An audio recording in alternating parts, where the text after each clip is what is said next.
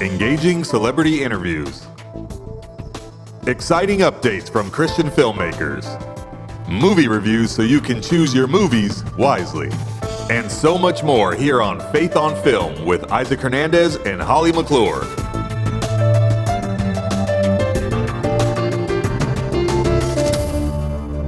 Hello and welcome to this week's episode of Faith on Film. We have what I'm going to call a potpourri of a show. That's right, we have 3 interviews for you today on the show. Starting off with Holly, who had a chance to interview Cameron and BJ Arnett, along with Aspen Kennedy, who is starring in a movie by the Kendrick Brothers called The Forge. We'll be releasing this August 23rd.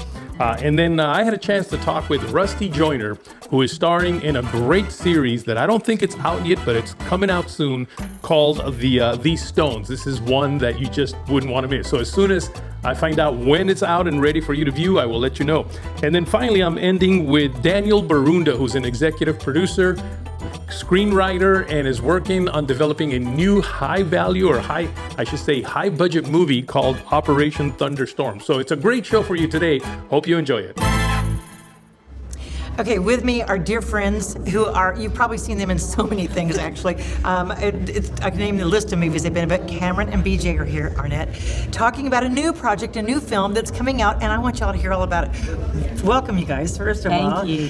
Thank you so much for having us, but also we want to make sure that we introduce you to the newest member of the family of what God is doing, Aspen Kennedy. He is the lead of The Forge coming up in August, and we're just really fortunate to be a part of what God is doing with the The Forge. Yes. Okay, and this is a Kendrick Brothers film, Correct. right? Which I love, and I followed from the very first movie Facing the Giants they ever did and came out with. So, I mean, I love these guys, the way that they make movies. Why is The Forge so different from whatever else they've done, other films?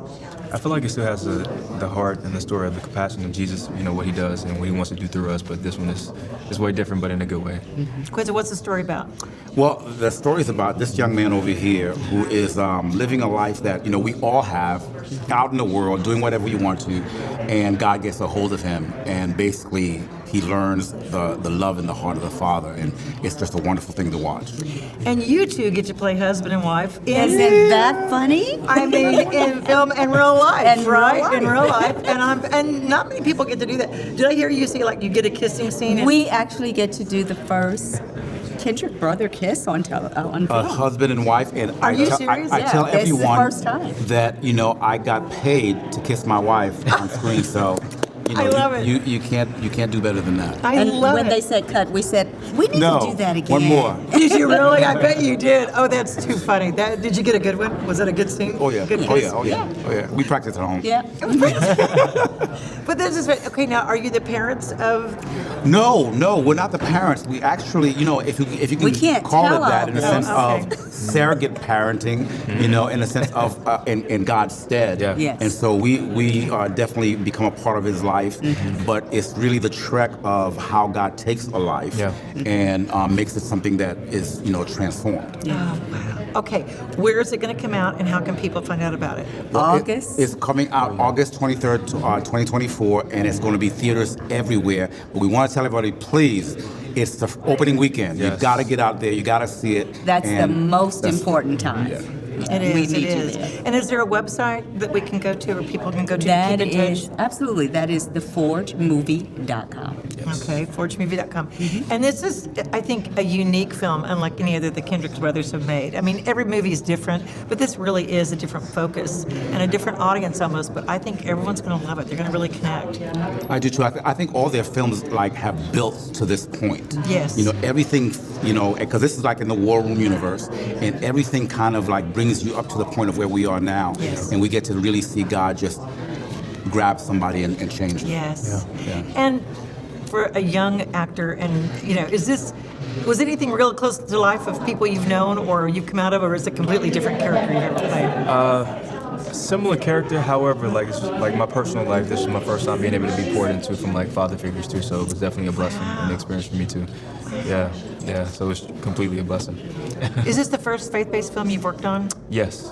Have you done other films? Like Lifetime TV movies, mostly television, but I want to stay strictly. So kind of a different set, right? Yeah. And a different environment? Totally. Were you praying on other sets? Or I take my anointing wherever I go. There you That's go. it, yeah. But this young man is in love with Jesus, so Yes, we're yes. praying that God has, now that he's opened the door, Yes. that we'll see him in so many more films that promote Christ. Yes. I bet you will. And I mean, it's important because you can be a role model Yeah. to so many Yes. people watching this Yes. movie and go, wow, I'm connecting with him. I identify with him. Absolutely. I mean, really. And in a day and age right now, don't we need that? Yes, we do. Absolutely. Oh, I'm sorry. I can't wait to see it. Thank you guys for coming on and talking about it. And thank you and congratulations. Thank you so much. Okay. Well, thank you guys. Thank Thank you. you. Appreciate it. You're Good to welcome. see Love you you. as God always. bless.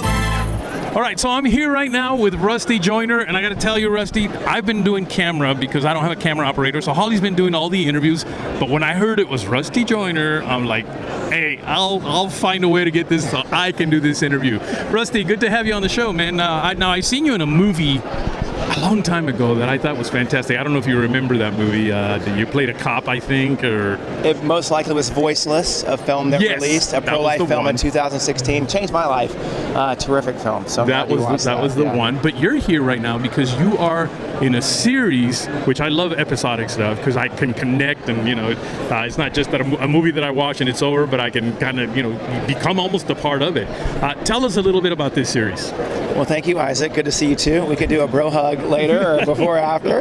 Hey, right now. Just so happy to be here. First of all, thanks to ICBM for bringing us out and shining a light on what we're doing with our TV series. And just so grateful that we can be here and receive so many nominations. It was great to be a part of the event on Wednesday night. And so this series is very special. It's called These Stones, and it is a wonderful real life drama that deals with world issues, just like network television and everything else, but we're just doing it from a different perspective. And Cheryl McKay Price and Susan Rohr, our director, they're really shooting and approaching each episode like film, like cinematic beauty of how life is just hard. Life isn't always a yes. Right. As we know, if you're a believer and you follow, that's not always a yes, and that's okay. That's the way God has it. So this shows us how to deal with real world issues when you do receive no's or maybes or delays and all that. And instead of turning to self-empowerment or loss or hardship or falling into dark places, and it's okay to not just not be okay, but not find a way out. Right. And this show points to God in every situation.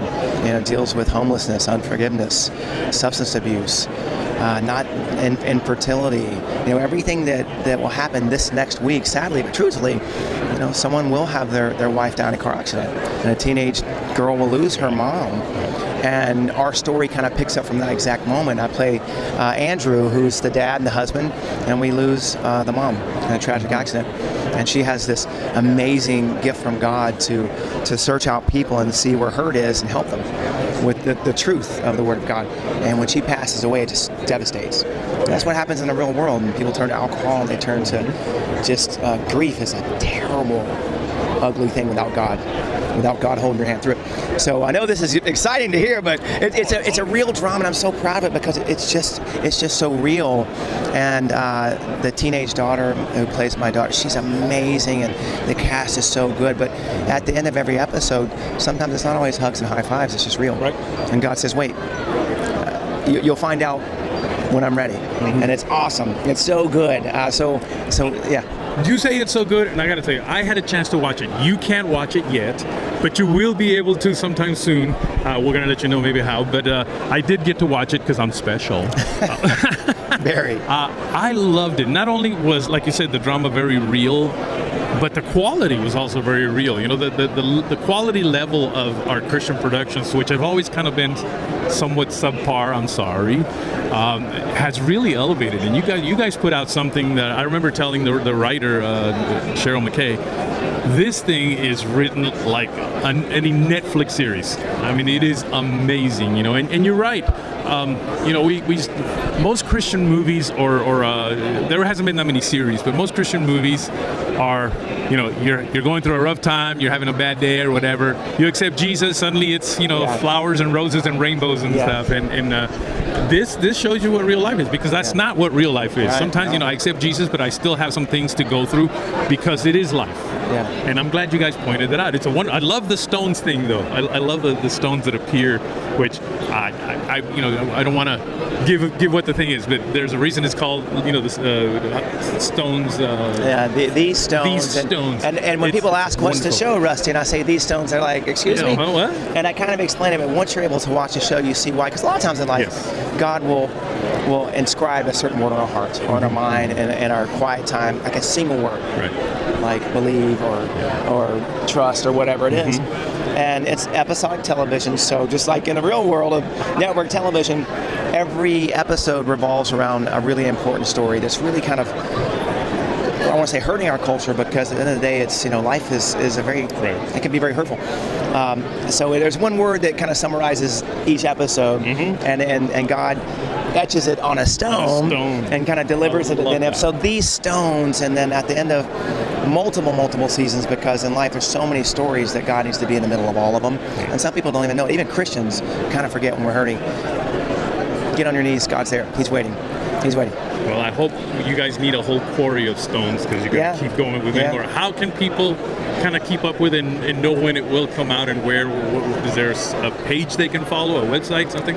So we are on Instagram, and we are kind of on all social media, and just look up These Stones, the series, and you'll see my face and some other recognizable actors in there, and just kind of like and follow and see what we're doing. So this big event here, the NRB, is big for filmmakers, television or film, because like you said, we have a job to do, not just as filmmakers or actors or producers or personalities of any kind. I feel it's important that we lead with our talent. We're Christians, but now we're also Christian filmmakers, but we're filmmakers, and so our job is to make it better, because ultimately we want to make something that's entertaining, that can compete with everything out there, the Golden Globes and the Emmys and the Academy Awards, because we just need to. And being here, walking the booth, and you guys can't see this, but it is phenomenal, the amount of people who are here dedicating their life to just improving the quality of Christian media altogether. And entertain. We need entertainment. We're humans. We need entertainment. So the word, prayer, worship feeds our spirit. But what feeds our soul? Entertainment, because that's our soul is fed by what we watch and what we listen to. So we're always listening to entertainment, and we need to start having entertainment that's good food for our souls. So I'm glad you guys are doing that. How about you personally? How can they follow you? I am also on Instagram and Facebook. I'm of a certain generation that came into the social media world a little bit later, so Instagram's kind of the easiest way for me. And at the end of the day, you put life into perspective, and God's blessed my family so much in Hollywood and all these great films, especially this particular show. I'm probably more proud of this than anything I've ever worked on. So when you see me on Instagram, I'm just a dad. I'm just a dad called the greatest role in life, and that is husband and father. And I'm just enjoying life, and I'm so glad that this particular show we film in Georgia, and Georgia has a great film and television network there. And when I found out about the show, and I've known Cheryl McKay Price for a while, and Susan Rower, and we've always talked about how do we get together and do a show, and we've helped and we've prayed, and they called on this one, and I was the first thing. I know it's awful for an actor to say, oh God, I don't want to go back to California. And she's like, oh, we film in Georgia. I was like, I'll take it. I was like, thank you, Lord, I'll take it. There you go. Well, man, thanks for taking a little time. I know these things are very busy here, but thanks for taking a little time. Isaac, thank you, man. I really appreciate it. I really appreciate it. Yeah. All right. So with us today is executive producer, director, writer. I don't know. He seems to be several things there. But he, of course, is working on a project that we're going to talk about today. Daniel Borunda. Daniel, welcome to Faith on Film. Thank you so much, Isaac, for making the time. And just congratulations on the success of your show. You're doing some great things. And on behalf of the filmmakers in the faith-based space, thank you for all that you're doing. Oh, you are welcome. It's totally my pleasure. You know what? We're going to talk about a project that you are currently working on. You're in the very early stages, but we wanted to get it out there so people would know what it is that you're up to here. But before we get started with that, why don't we show a little the clip that you've worked on that kind of tells a little bit of the story of what this movie is all about, all right?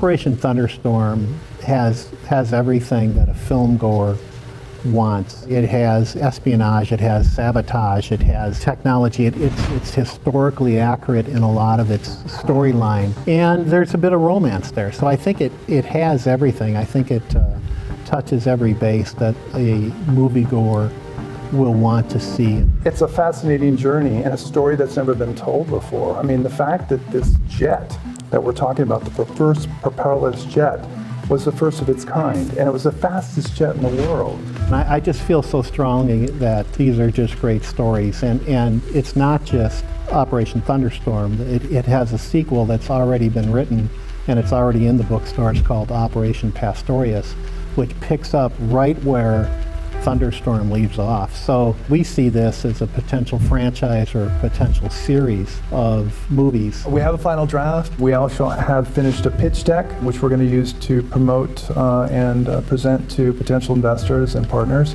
Raising the bar in terms of the quality entertainment that we want to deliver and we think we can deliver is going toward some sort of a brand that's going to be out there, that when they see Dan's name or my name or our names together, that there's a brand expectation that this is going to be a great experience that every family member can enjoy.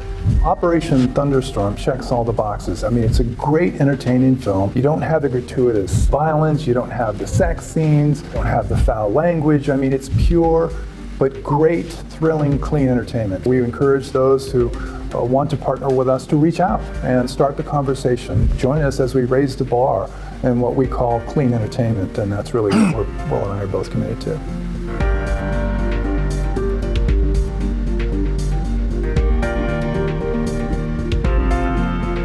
Daniel, one thing that I can say is that Hollywood needs more movies like this, based on what I just saw right now.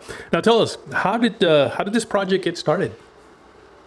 Well, you know what? It really was, an amazing God thing, Isaac. I mean, I had gone to church with Will Ponner when we were going to church together at Grace Community Church, John MacArthur's church. So, that was like 20 plus years ago. So then Will, unbeknownst to me, he started writing books and was getting quite good at it. So his publisher came to him one day and said, "Hey, Will, this book, Operation Grab Bag," which is the title of the book, which we renamed Operation Thunderstorm for the film adaptation. He said, "You know what, this could make a great film. Have you ever thought about, putting this into a screenplay format?" And then, so he just scratched his head and he goes, "I don't know anybody in Hollywood. I don't know how to do that." And, he's in Minnesota, is kind of like, kind of freaking out. But then he remembered me and he reached out and called me and said, "Dan, how you doing?" We caught up a little bit and he goes, "Look, I got this book. I'm not sure. My publisher says this can make a great film.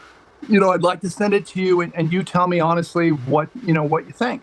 So, Isaac, I get these requests every now and then, and I have to tell you, from a writer's perspective, I'm going, "Oh my God, this guy's a friend. How am I going to tell him your book stinks and no way, blah, blah, blah."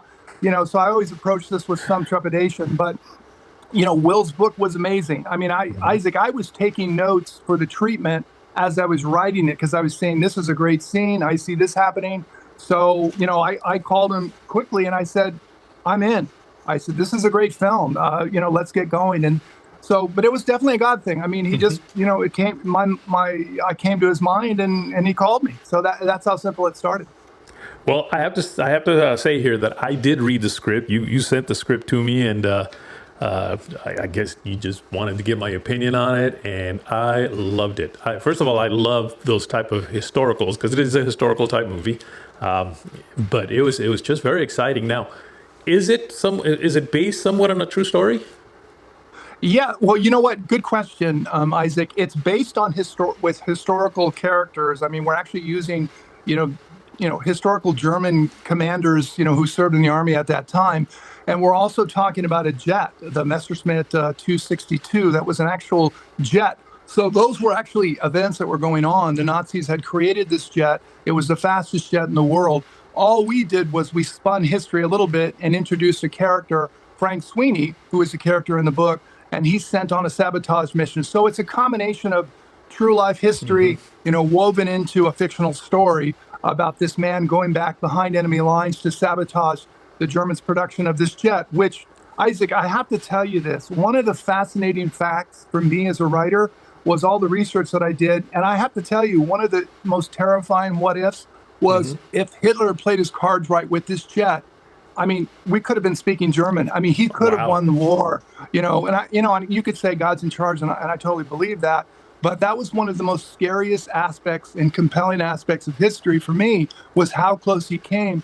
So much so that historians have said that Hitler's misuse of this jet was one of the costliest mistakes in the history of war.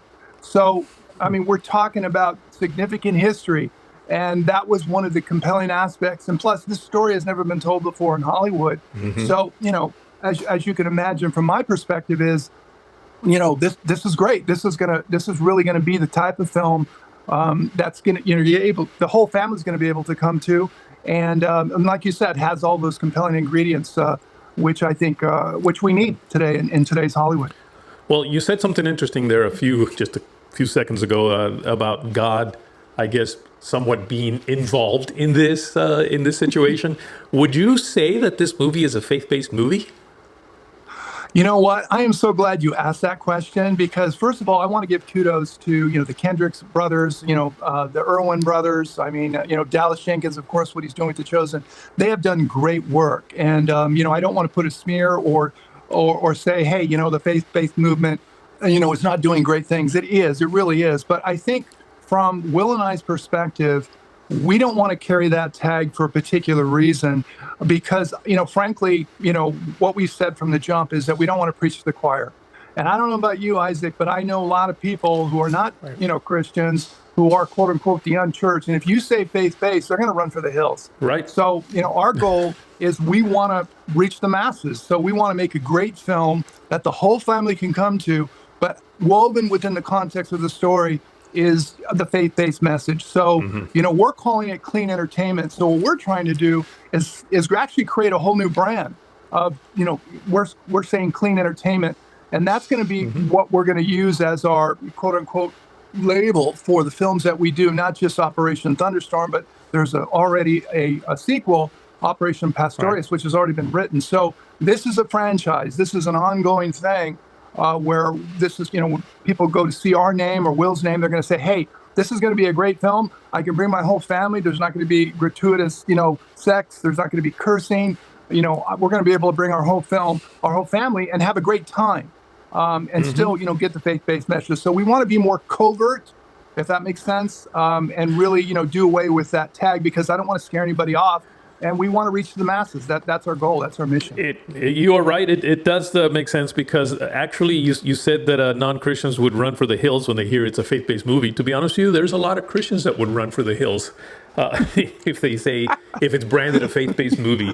And the reason for it, unfortunately, is because for the most part, faith-based movies have not been as, I don't want to insult anybody, but have not been to that level many times.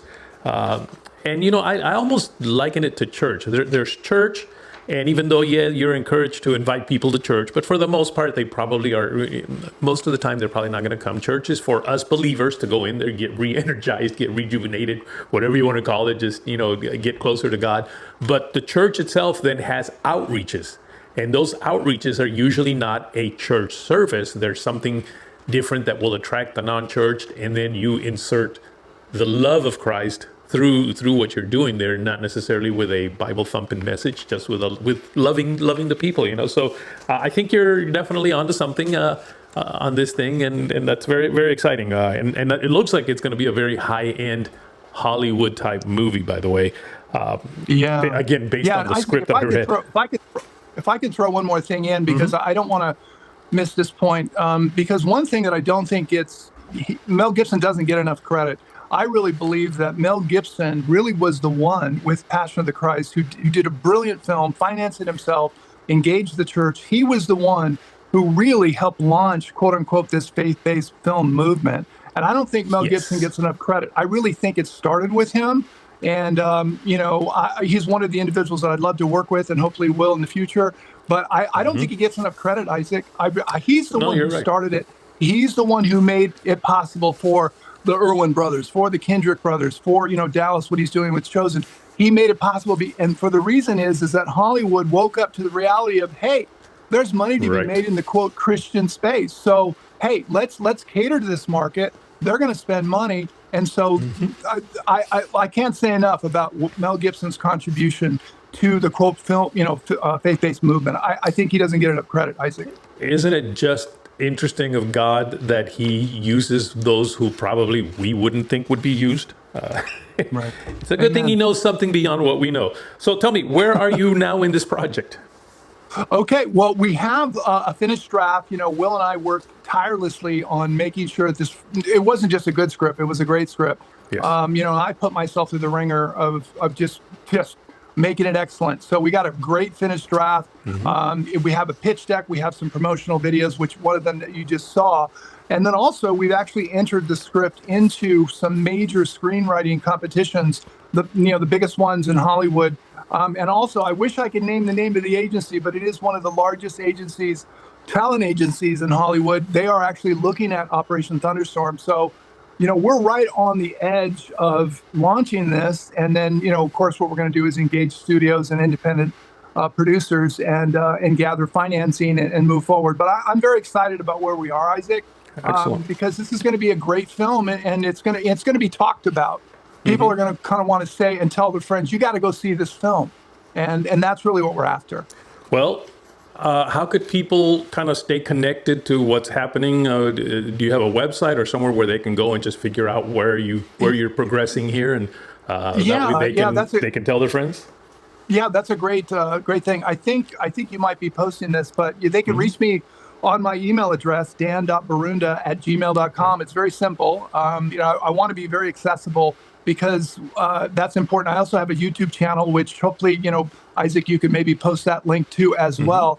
So on my YouTube channel, it goes over, where we are, what's new, what's happening. And also they can email me, because one of the things that I want to do, and I have to say this, Isaac, and I'm just going to be blunt, because I don't think faith-based filmmakers or Christian filmmakers do a great job of making themselves accessible and being available. Because, there's kind of a Hollywood thing where, I want to be open. I want to be accessible. I want to hear from people. And one of the great things is, so far as we've been doing podcasts and doing other promotion, is that I'm hearing from sound composers. I'm hearing from special effects people. I'm hearing from, other people in the film industry who are saying, hey, Dan, I'd love to be a part of what you're doing. So, if you're in the industry, if you have a skill, if you're a composer, if you're a reader or what have you, I'd love to hear from you. If you want to get involved, let us know or email me. I'd love to hear from you. Fantastic. Well, Dan, just blessings on your project, and thank you for coming and sharing that with us today. Write to us at faithonfilmtv@gmail.com. That's faithonfilmtv@gmail.com. Follow us on Facebook, Instagram, and Twitter at Faith on Film TV.